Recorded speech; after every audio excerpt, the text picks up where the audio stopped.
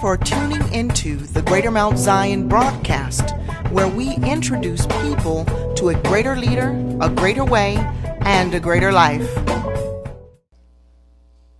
You've never had wine like this. Wine is usually included in many New Year's celebrations. People often greet the new year with a toast. And since I knew that many of you will be sipping on wine somewhere Tuesday evening, I thought I'd talk to you today about a wine that you cannot buy at Specs Liquor. A wine you will not find on a wine list at the finest of restaurants. And yet it is the best wine you will ever have. You have never had wine like this. Now let me cut to the chase. This passage is all about joy. Wine in the Bible is a symbol of joy.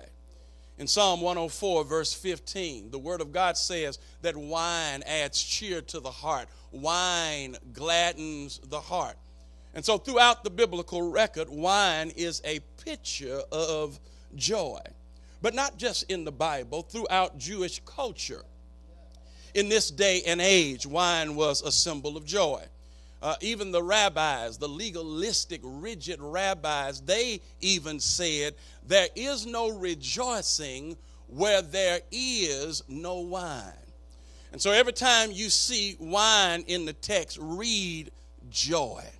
What it pictures is something greater than the miracle that takes place.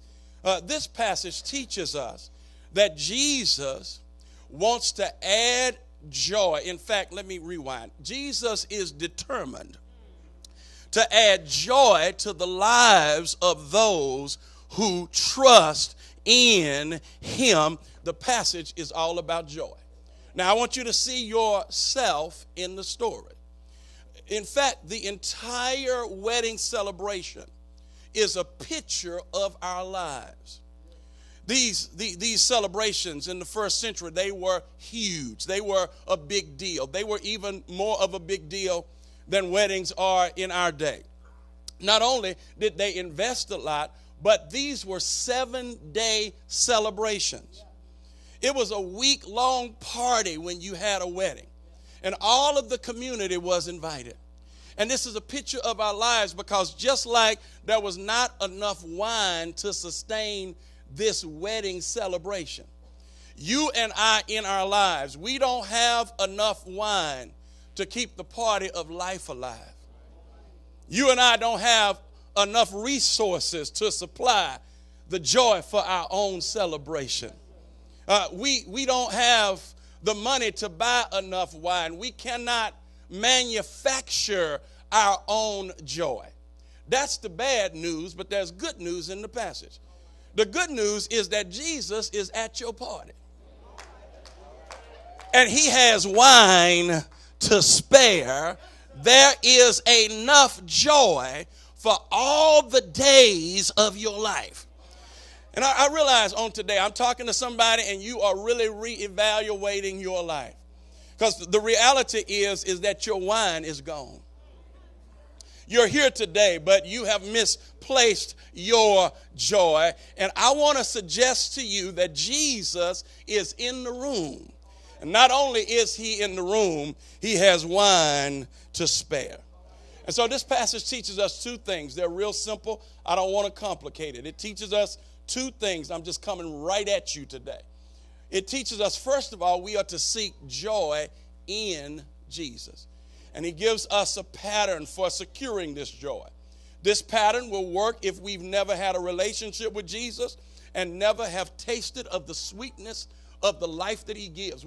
If we've never tasted of his wine, this pattern will work for you. But this pattern will also work for those of us who have a relationship with Jesus.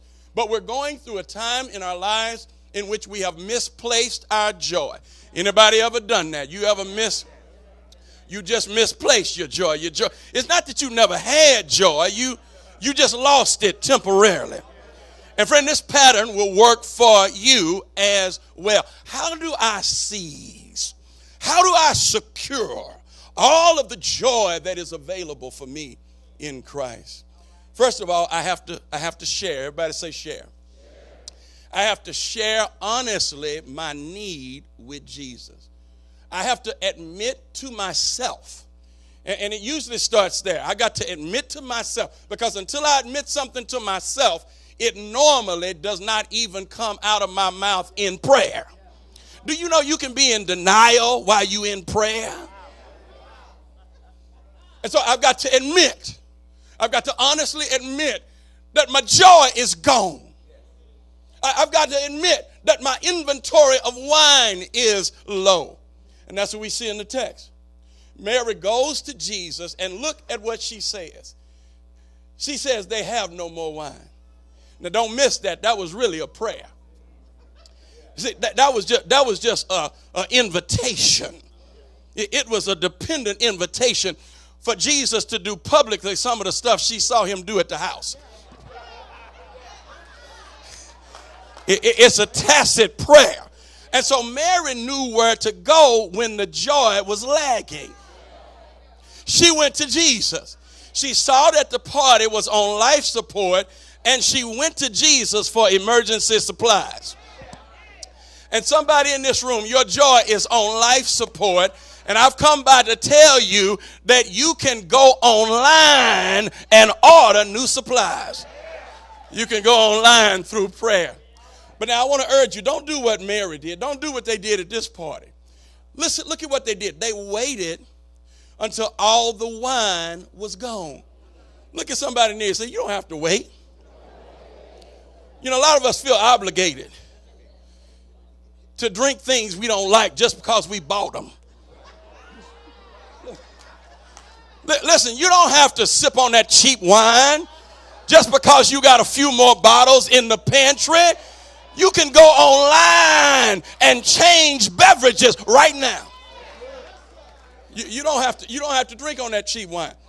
Now, every now and then I get a little busy. And I don't know if y'all know this, but I don't cook much. I don't cook much, so, I'm running. And every now and then I got to just go buy me something to eat, right? And you buy these little combo meals. Okay, some of y'all just going to laugh at me, but you know what I'm talking about, because you got a two-piece and a pepper with strawberry last week. Strawberry soda. You're not fooling me. I'm just saying, I'm just like you. I'm just like you. That's all I'm saying. And so when you go get these combo meals, you actually get a better deal if you go ahead and get the drink with it. Who in here is like me? You like Diet Coke? Now you like Diet? You like Diet? Period. You like something Diet? I mean, if I'm gonna eat fries, I'm drinking Diet. I don't know if it cross each other out, but it just seems appropriate to me, right? Okay, so when you get these diet drinks from the fountain, you know what I'm talking about. Yo, they don't taste like the drinks in the can. The mix is not right. In fact, about half the time, where are the diet soda lovers? Half the time, you get that drink from the fountain, it don't taste anything like the drink in the can.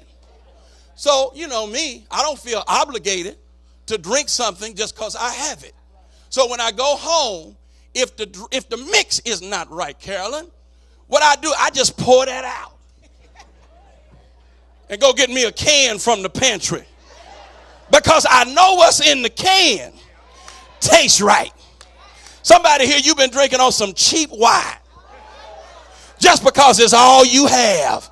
But I've come to tell you, you can trade that cheap wine in for the vintage wine of heaven. All you got to do is go online and make your order.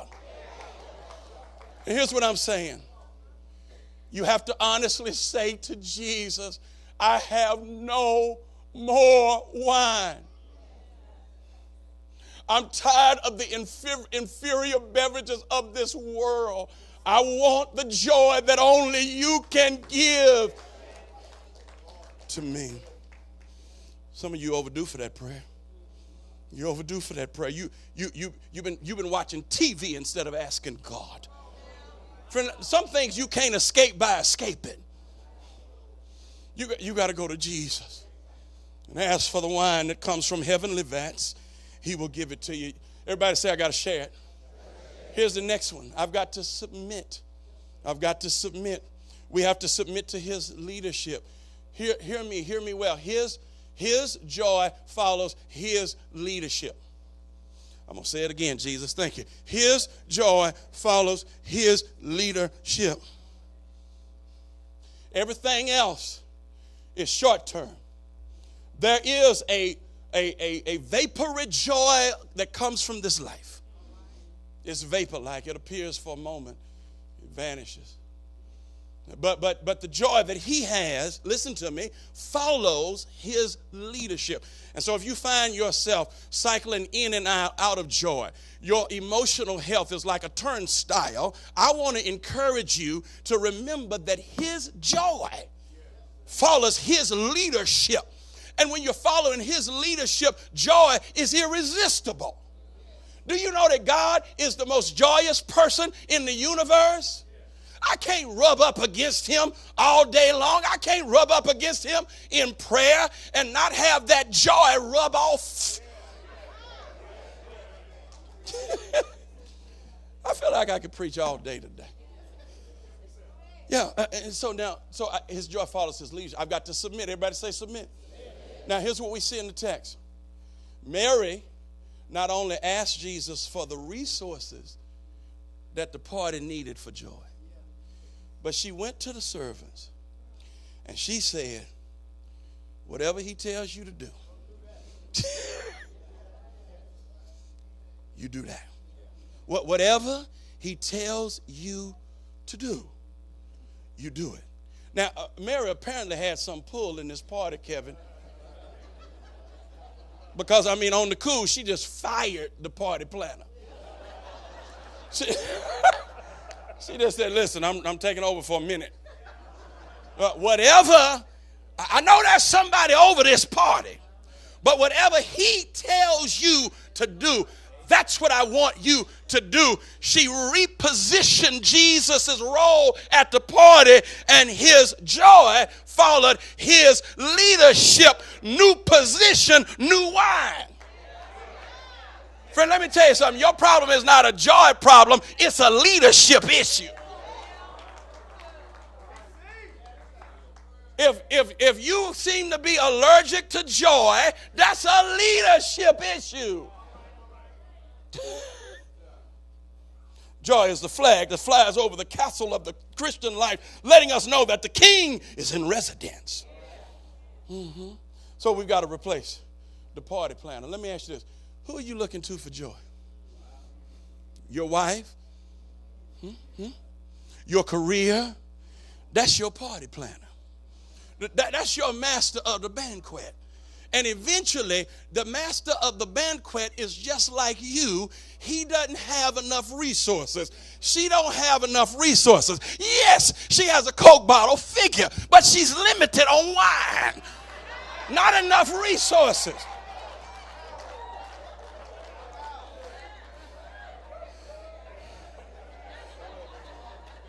They don't even have Coke bottles anymore, but see, that lets you know how old I am.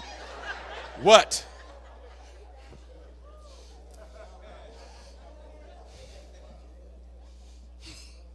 So you got to replace your party coordinator. Jesus said, my joy follows my leadership. And so somebody needs to get fired in your life. I don't know who it's going to be. And don't leave here saying I said fire your man or fire your husband. I'm just saying somebody's got to be repositioned in your life. That's why we're so angry all of the time. We're looking for people to give us joy who don't have it themselves.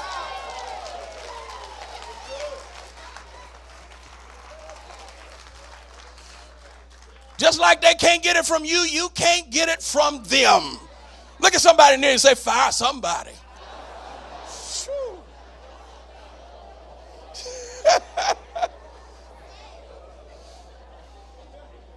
I'm just saying that. I'm just saying that's the way it is. Whatever he tells you to do, do it. Whoever you look to for joy, that's who you will obey. If you're not looking to Jesus for joy, you will not obey him. Okay, let me move on. There's a pattern for joy and how we can seize it. Are you with me, Eddie? Here's the next one, surrender. I'm all in the Bible. Oh, the Bible is beautiful. You ought to read it. Here it is. We have to surrender to his wisdom. And so we have to honor his approach to joy.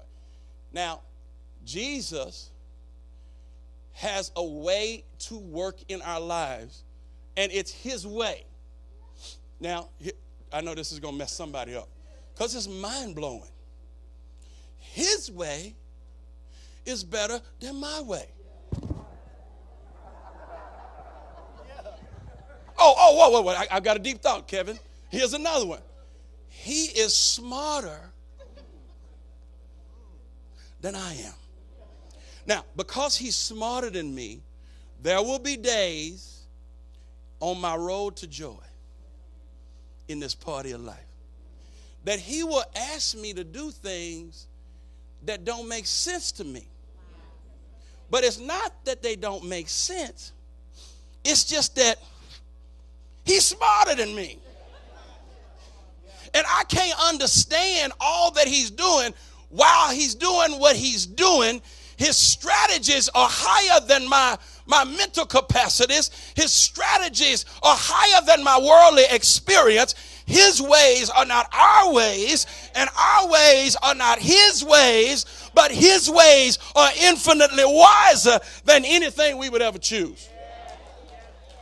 God says, I take the foolishness. I take the foolishness of my wisdom and I confound those who are wise according to this world. That's what I do. And so every now and then, to maintain joy, you got to do something that you can't figure out.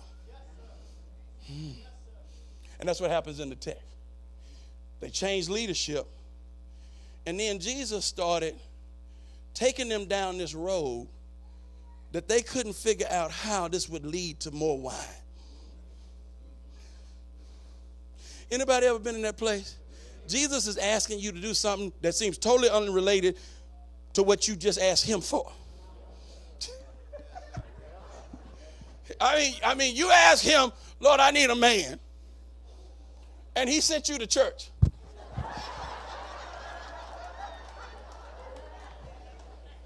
That's not what I wanted, Jesus.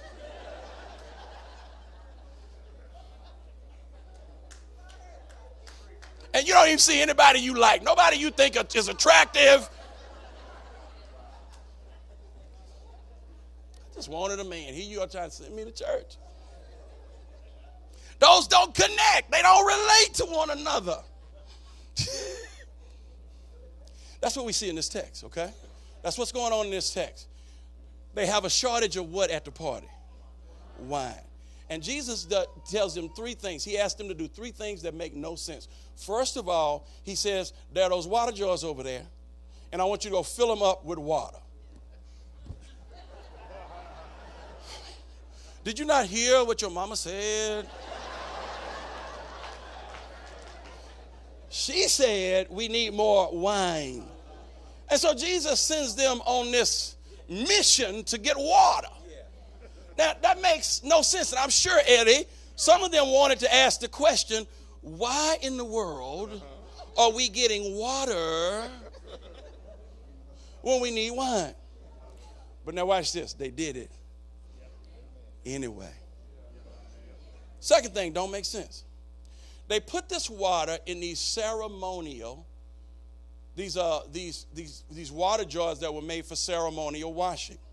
It's a whole lot of water. It's at least 120, maybe 180 gallons of water. They got all this water, and they got it in these containers that they use to pour out water for the washing of people's hands. So that would be okay if everybody had not been there for a while and their hands had already been washed. So they're securing water, putting it in these water pots for the washing of hands, and only 3 people need their hands washed now. But they got 180 gallons of water. But Hardeman, what did they do? They did it.